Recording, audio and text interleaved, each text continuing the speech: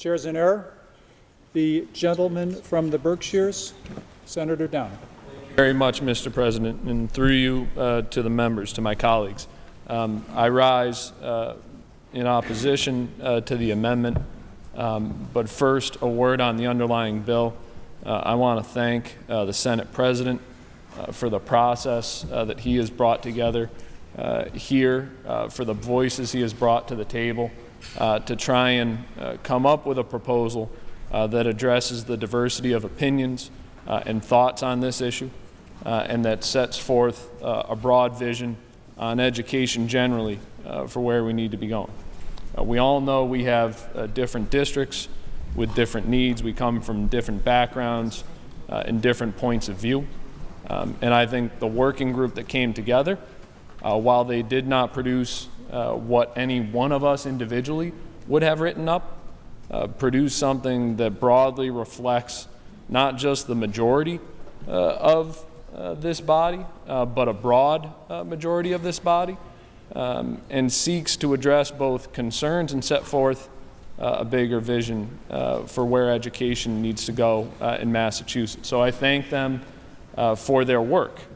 On this matter in particular, I wanted to share the experience of my district. As many of you know, I represent 52 communities as far away from here as you can get and still be within the state. I have more school districts, I would hazard a guess, than anyone in this body. I would tell you I probably have too many school districts. That is a discussion for another time. I have had great experience working with those school committees, working with the leadership of those bodies, both in small urban districts in Pittsfield and North Adams, in more rural districts throughout the rest of the district that I represent.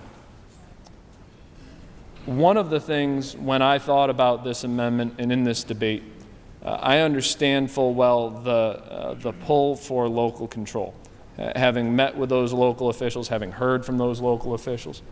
But I also know that no matter the best efforts of any local district, of any system, there is a potential that there's a kid in one of those districts, there's a kid in one of those schools, no matter their race, their socioeconomic status, their need or not for special education, who is not being served, right? And that is not necessarily a critique of the district. We ask our schools to do far too much, probably. We ask them practically to solve poverty with a hand tied behind their back. We ask them to deal with bullying and any number of other social issues. We ask them to do a great deal. So it is not an indictment to say that they are not doing absolutely everything we ask them to do. But I think what we have tried to do in this bill, what the working group has tried to do, is to ensure that every kid has a path to make the most of their God-given talents. In some cases, that may require education in a different setting. Yes, it may well be an innovation school, or it could be a Horace Mann school, a Horace Mann charter, or in some cases, it will be a Commonwealth charter. I will tell you this, while I was not the senator then, had local control of the sort imagined in this amendment been in place, that the BART charter, which serves the North Adams district, it serves the Adams-Cheshire district, it serves the Pittsfield Public Schools, it most likely would not have come to be. Maybe, maybe not, maybe the hurdle would have been too far.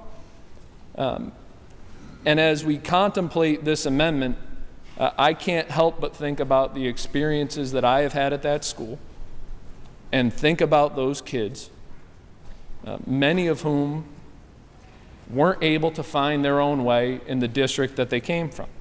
Now that's a charter school where if you look at the proportion of students who are economically disadvantaged when compared to its sending districts, roughly analogous, right? They have about 40% of their population economically disadvantaged. The other two major districts that are senders are 33% and 44%. 21% of students at Bart Charter receive special education. The other two districts that are senders are 19% each. On a measure of racial diversity, trying to take in some of the concerns that members have referenced, the Bart Charter district is 24%. The other two districts, the major senders, are 10% and 30%. So while not perfect, certainly close.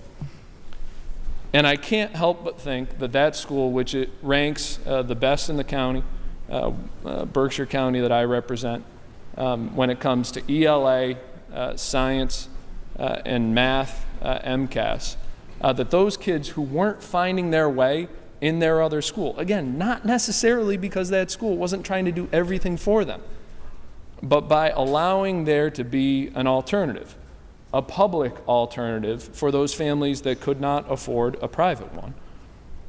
We have, broadly speaking, made sure that those kids have a chance to make the most of the talents that they have been given in life. This is an incredibly difficult issue. The issue of education policy broadly, this issue of how we strike a balance between local control, state goals, and certainly in some bigger picture, the national debate as well. I believe the underlying bill prior to this amendment strikes the right balance. That doesn't mean it's perfect. That doesn't mean there aren't amendments that I would like to see included in it. But I think it provides the tools through reforms, funding, and a condition cap lift of charters to ensure that Massachusetts remains first in the nation when it comes to education, and that we address the challenges that we face.